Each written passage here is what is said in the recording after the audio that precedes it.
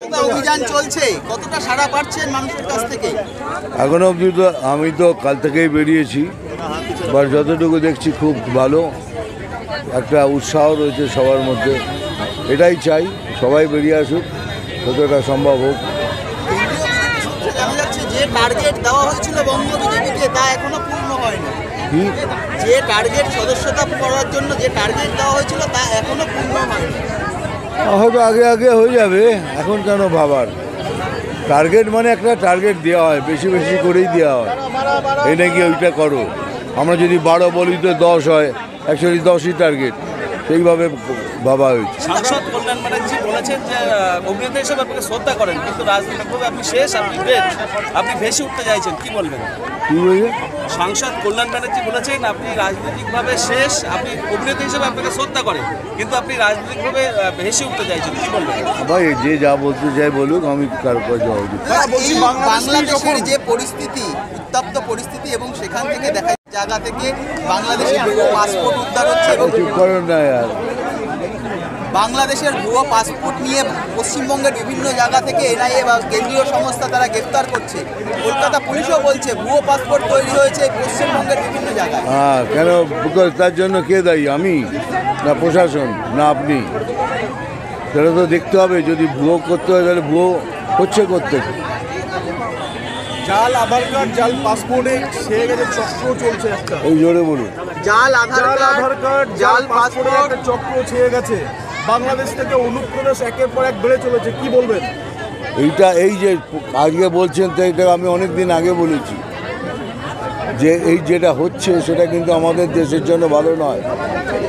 আমাদের বাংলাদেশ থেকে শিখতে হবে, আমাদের একসাথে হয়ে লড়তে হবে। যদি না লড়ি তাহলে পশ্চিমবঙ্গের ভবিষ্যৎ অন্ধকার, আমি গ্যারান্টি দিয়ে বলতে পারি। রাজ্যের পুর নগরের মন্ত্রী ফিরহাদ হাকিম বলছেন বর্ডার সিকিউরিটিদের ঘাড়েই দোষ চাপাচ্ছেন, যে অনুপ্রবেশের ক্ষেত্রে তাদের ভূমিকাটা বেশি। আপনি দেখুন, বর্ডার সেক্রেটারি ওপর দোষ চাপাচ্ছেন, কোত্থেকে কী হচ্ছে সেটা তো আমি নিশ্চিতভাবে বলতে পারবো না। তবে রাজনীতিবিদরা এরমভাবেই কথা বলে, তাই উনি বলছেন।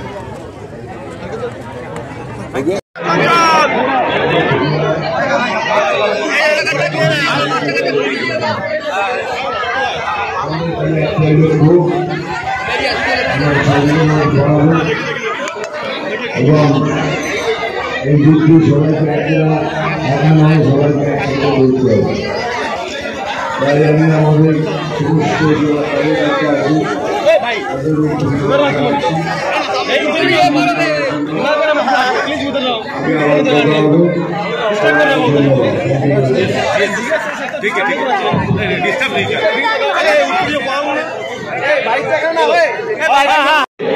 উপস্থিত আছেন যারা এখনো সদস্য হননি, আস্তে আস্তে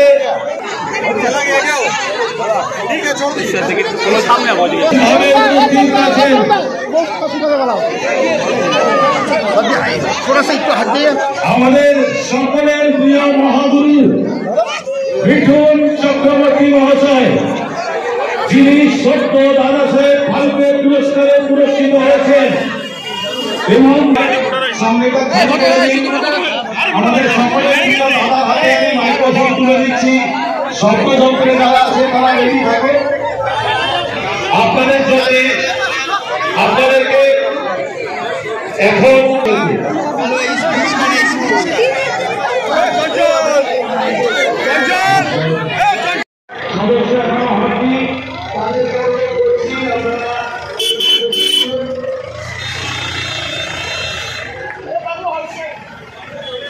সকলকে অসংখ্য ধন্যবাদ যারা সকাল থেকে আমাদের সাথে ছিলেন এবং আপনারা সুন্দর এই